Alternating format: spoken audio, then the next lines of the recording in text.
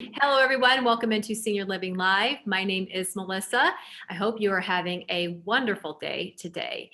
We have a very informative webinar coming up here in June with one of our favorite guest speakers, Diane Lang. It is entitled The Effects of Loneliness and Bouncing Back. You can catch that webinar June 22nd at 4 p.m. Eastern Time. Diane, so good to see you. How are you? Hi, thank you so much for having me back. I am good. The nice weather is here. All is well. Yay. That's excellent. Now we have many people who will be watching this video. They will also be listening via podcast. So this is sort of a sneak peek of your upcoming webinar about loneliness. And boy, I think we have all been impacted by that. Yes. For some, maybe just a little during the pandemic. For many of us, a lot. And it's really changed the way we do things. We do everything, the way we view things and the way we view things that we used to enjoy, maybe don't enjoy as much anymore. And we're going to dive deep into that here today. So first and foremost, Diane, why don't you tell the audience a little bit about yourself? So I am a therapist and a life coach. I've been in the field for over 20 years.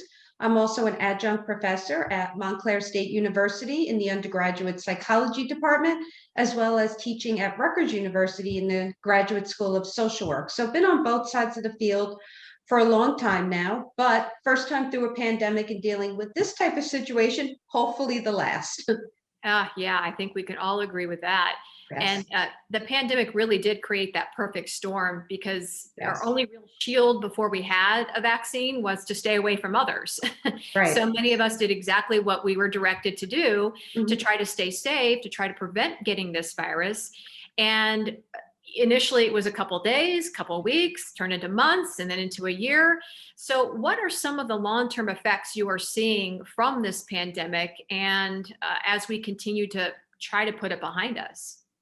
You're right. I still remember when it was 2 weeks to a month, right? We were just going to wait. So the hospitals had some time to make sure they could help everybody. A year and 3 months later, we're finally getting out of it. We could see the silver lining, which is great. But, one of the things we're dealing with, and we're still currently dealing with, is a lot of people have gotten a lot of social anxiety about going back into the world. And it's not about COVID per se. I think most people now feel, more confident and safe with the vaccines.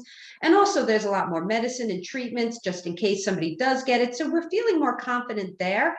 But after being locked down for a year and 3 months, it's how do I go back to socialization? How do I go back to spending time, to being friends, to dating, to just going out and doing activities I never did before? I'm seeing people who never had social anxiety pre-COVID having it now because it's been such a long time. And it's been a long time where people actually started getting more comfortable being home, not doing things.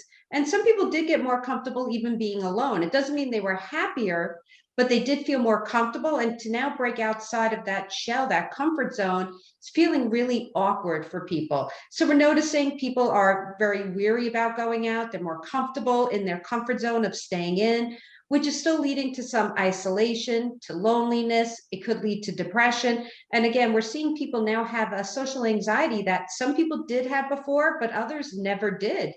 And it is definitely going into new norm because things will not just be the way they were. Things are forever changed.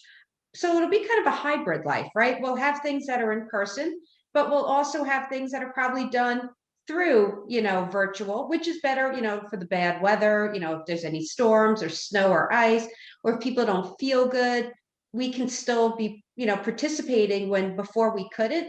So I want people to also realize that as much as we're having social anxiety of, how do I go back to normal? How do I see people? How will I feel?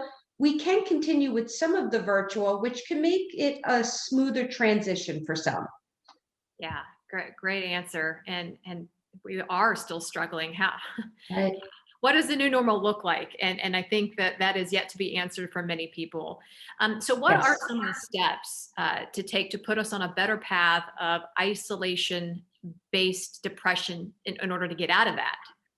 Right. So a few things is to remember that if you are feeling loneliness or isolation, those are some top factors of depression. And rightfully so, because again, we thought this 2 weeks to a month, maybe a few months would end. What happens is when we're having stress and anxiety constantly, the way we did for months on end for different reasons, everybody had for different reasons, it still could lead to having real anxiety, panic attacks, as well as depression. So one of the things I want people to think about is to not judge. We get really critical of ourselves and we judge ourselves, where it's really normal and natural to have these feelings, to feel isolated, to feel a lack of control, to feel confusion of what do I do? What does the new norm look like? So I want people to have, realistic expectations that it's going to feel kind of awkward, kind of scary, and kind of exciting all at one time. So you're going to have this mix of emotions like a roller coaster ride, normal, natural. Please don't judge them. What happens is if we judge ourselves and we become very harsh and critical, like our inner bully comes out, then it becomes this vicious cycle of beating ourselves up, and then we don't want to leave at all. So stop the judgment. Don't be critical of yourself. Know that it's normal and natural to feel this way, and take baby steps. You don't have to jump right into it. One of my clients just said to me the other day, I couldn't wait till everything opened up. And she is 72 years old, lives alone. And she said, I'm so excited. She goes, now, I'm out doing things and I'm not sure if I really want to do everything. And for her, she put herself in 110% thinking that would solve everything that she has felt in the last year or year and 3 months. And she realized she overwhelmed herself. So take baby steps. You can do some things virtually where you don't have to leave the house, worry about traffic. You don't have to put your pants on. You can wear your shorts and your sneakers, and then you can take a few things that you really want to do and see people that you really want to see. But don't put these unrealistic expectations or think you're missing out. People have that fear. We always hear about FOMO when it comes to like social media, but you can have that too. Like if I don't go to every event, things have been closed. Am I missing out? It's okay. We don't have to. And it's okay if you're going to bed at 10 o'clock and, or 9 o'clock and you don't want to do evening things now. A lot of people have changed their schedules and routines, and that's okay. Do what works best for you and feels good for you. Baby steps into a smooth new normal. Yeah, and you're so right about it being a little overwhelming. Even the traffic it seems like it's worse No. now than it was before the Yes. pandemic. Everybody wants to be out all the Yeah. time now. It's a lot. It's a lot to take in, especially after the year we've all had. So we all know somebody who says, oh, I actually didn't mind the pandemic because I'm an introvert. I prefer being alone. But I think it is true, and help me out here, Diane, that we as humans all still need and even appreciate interaction with others. So what would you say to someone who feels, this is okay with me? It's funny you say that because I had a few people in the beginning of the pandemic, first 6 months, like, this is great. I never even have to worry about doing my hair. I don't have to worry about getting out, traffic, any of it. And they were introverts and they enjoyed it. But even my introverted clients or students, after about 6 months, were really having a lot of isolation and loneliness too, because we are social creatures. Now, if you're extroverted, it might look different. You might go out with big groups. You might like to do louder events like a concert, but introverts still need socialization. It just might be more one-on-one. It might be at different times of the day, like they won't do a happy hour or a restaurant that's loud at dinner. They'd rather go for lunch, or they'd rather go to a park and go for a walk, or just have one-on-one time alone, but they still need that socialization. So even if you consider yourself an introvert or an extrovert, and again, there's no judgment, no right or wrong, everybody's different, really go in with what you're feeling, because loneliness can really be used as an alarm, like a wake up call. If you're feeling that isolation and loneliness, it's an alarm going off saying, you need more socialization. That's really what it's saying. And again, it might look different. You might be ready to go to a party, or you might just be ready to call one friend or family member and say, want to just meet for lunch?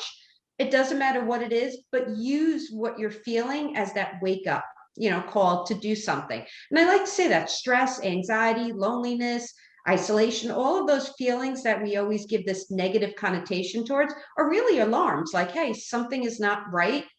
Look into what you're feeling, notice what you're feeling, label it, and then move forward with action. So if you need more socialization, do what's comfortable for you, but absolutely reach out, even for the introverts. Now, I'm an extrovert, so I need people. I fully admit that. But there are people too who will consider themselves introverted extroverts, which is possible. Those are people who will say, you know, I love people, but I know when I've had enough. And they refuel and reboot by themselves. You might be one of them. So they need the mix, and that's okay too. Just like my client who said she was overwhelmed, she realizes that she could do one or two great events a week, but she doesn't need to book every day. And it's okay. She's not missing out to enjoy her own company. And I think a few of my clients have said, I'm so afraid that if I don't do something, what if there's another pandemic or another variant? Am I going to be stuck in again? People have that fear. But this time we know different. This is the thing, like, God forbid that happens. And I'm praying that it doesn't.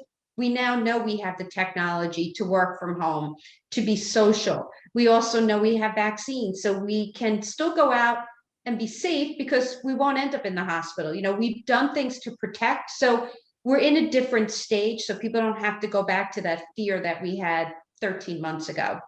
And that's what I want people to remember. So do that self-talk. Remind yourself, look at it as a wake-up call, an alarm, and take action with what you feel is comfortable for you. Yeah, excellent. Very, very good stuff there. I love that. Good tips. Now, I want to talk about joy as we start to wrap this up, because over the last year, many of us have really had to pivot and find other ways to experience joy, because a lot of Right. those things were taken away from us. Mhm. And I know personally, I had a hard time with it. I even had one period of time during the pandemic where even something like listening to music that I enjoyed, I just didn't enjoy it anymore. It was just, Right. and it just couldn't find joy. And Mhm. thankfully that has changed. Things have turned around, but maybe there are others out there who it's a little slower of a process for. So Right. how can we move forward and experiencing joy again? So remember that whatever you're feeling at this moment is temporary. Everything is temporary. So even if right now you're still feeling that struggle, which would be normal, it will pass. The only constant in the world is change. So if you're feeling right now that hopelessness or that lack of control or that confusion, it will change.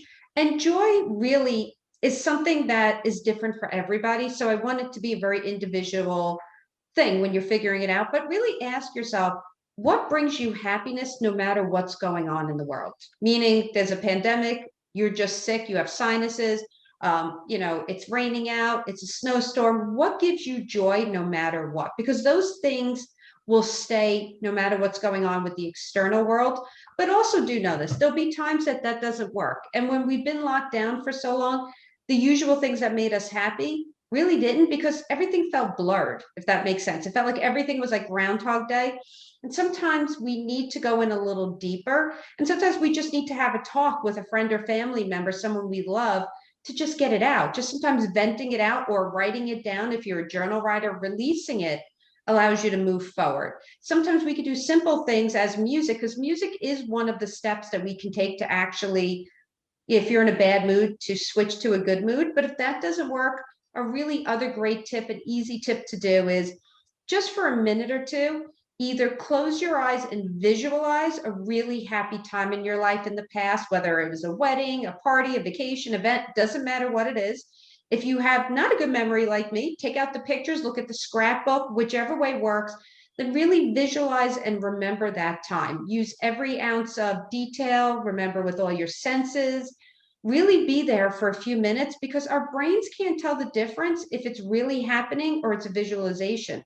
So you'll go back to that place and feel it. Like for me, when I was having those bad days, I would just close my eyes and visualize when I was in Florida right before COVID. I was in there in January. And I literally can remember like laying by the pool, smelling the coconut oil for sunscreen, feeling the heat of the sun on my body, hearing the kids, because we were at a pool. I was at Disney, so you always hear the kids. I remember what I was wearing, who I was next to, and I would just visualize that for a few minutes, especially in February when here in the New York area, we were having like 4 feet of snow, no exaggeration. Melissa knows I was so upset. And so I would use that visualization, and that can shift your moods. You have music, you can visualize, or you can use sensory using something that reminds you. So I still remember going into one of the arbors in New Jersey, and I used to bring Hershey Kisses when we were back in person. And I remember one of the ladies at, I think it was either the Roseland or I think it was yeah, I'm almost sure it was the Roseland one or Morris Plains. And I brought her Hershey Kisses, and she said, "Why did you bring Hershey Kisses?" And I'm like, "Well, I thought everybody loves chocolate." She goes, "Well, yeah, but that was the chocolate my parents gave me every time I did something well.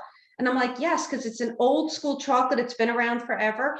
And we all have an emotional connection to a food, whether it's a comfort, whether it's our parents gave it to us every time we did well in school, we rewarded ourselves. So whether it's grilled cheese and tomato soup, a Hershey Kiss, an ice cream sundae, whatever it is, a cup of hot chocolate, you can really connect to your good times using that too. So music, sensory, or just visualizing or using a scrapbook of pictures and just bring yourself back there and it'll give you a way to boost your happiness. So just a few things, and we'll go into a lot more in the webinar next week. Yeah, and now that it is summertime, if that is indeed what we want to go back to, laying by the pool, well, you can kind of visualize that stepping outside now. So Yes, you could. I love that. And I love also that you mentioned the word groundhog or the term Groundhog Day, because I think that's how it felt for many people. Yeah. And I verbalized that so many times during the pandemic. Every day just felt the same. And we're starting to get out of it a little bit. And every day you have a little bit more something to look forward to. So we're Yes, getting there. We're slowly but we surely are. getting there, but certainly with your help. And Diane, if somebody wants to reach out to you, they're watching this or they're listening Mhm. via podcast, how can they reach you? Sure. They could go onto my website, which is just my initials, dlcounseling.com. And on there, you can see my email and write me, or just join us next Tuesday, and I will absolutely answer any questions. But feel free to email me, with any questions as well. Awesome. Well, Diane Lang, it is June 22nd, Tuesday, 4 p.m. Eastern, The Effects of Loneliness and Bouncing Back. That is the webinar. I know many people like myself are looking forward to it. We cannot wait. And we thank you so much for taking the time to preview it with us today. Thank you for having me. Thank you. Well, to catch this webinar, you can head on over to www.seniorlivinglive.com. And while you are there, you can check out our previous webinars, register for this one, and see what we've got coming up over the next couple of months. We hope you'll join us June 22nd with Diane Lang. We will see you soon.